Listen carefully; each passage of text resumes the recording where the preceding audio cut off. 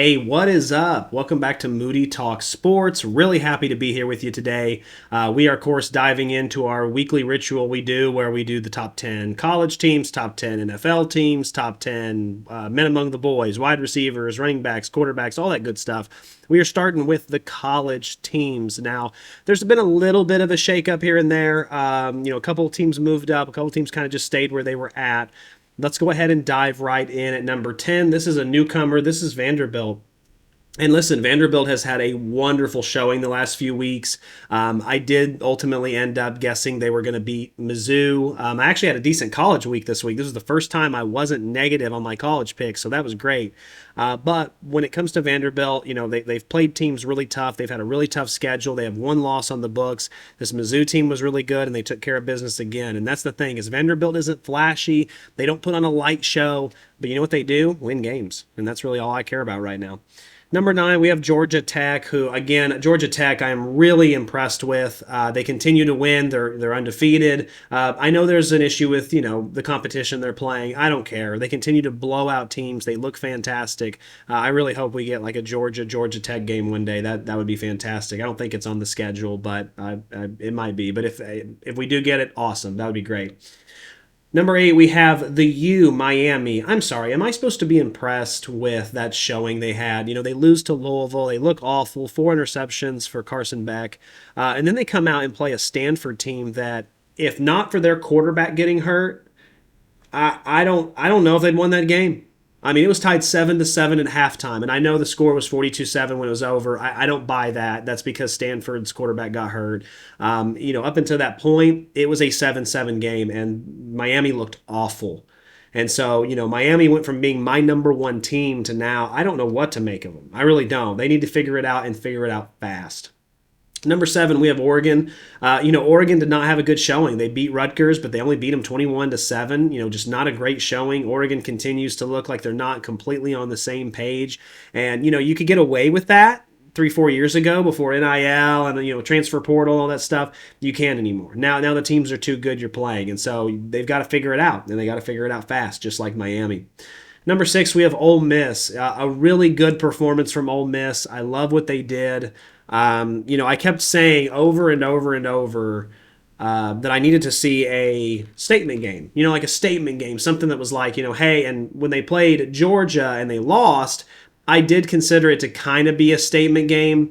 But when they played Oklahoma this last week, 34-26, Oklahoma is a good team. I don't consider them an excellent team, but they still went on the road and took care of business. And so at this point, I believe in Ole Miss. I think they're a solid team for sure. I think they're going to be, they might win a playoff game. I think they're that good.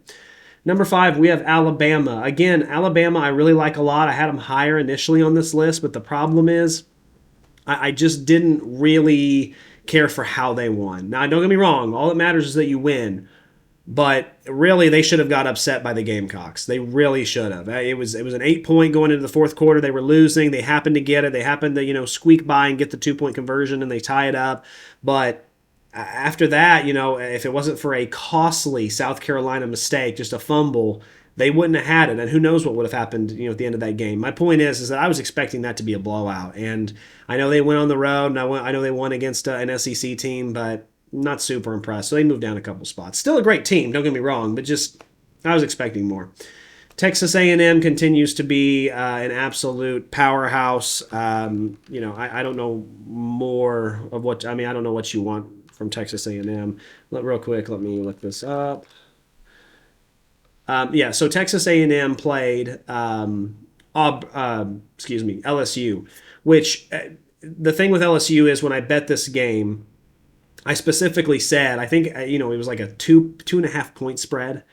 And I specifically at the time remember saying into the camera, why do people think LSU is good? They haven't proven to us they're good all year. And 49-25, got Brian Kelly fired. They're an amazing team. That was my bet of the week. I hope all of you pounded the Aggies on that because that was free money lying on the ground. I don't know why people are so high on LSU. I just don't get it. They haven't looked good since the beginning. Number 3, we have Georgia. Georgia continues to be that team that wins games. They can win them ugly. They can win them pretty. It doesn't matter. They just find ways to win, and good for them. They continue to play well. Number 2, we have Indiana, who is the second best team in the country, in my opinion. Their defense is absolutely spectacular. Their offense can easily put up 60 to 70 on you, and it's not difficult. It's not hard. Yeah, they're number 2. And number 1 still is Ohio State.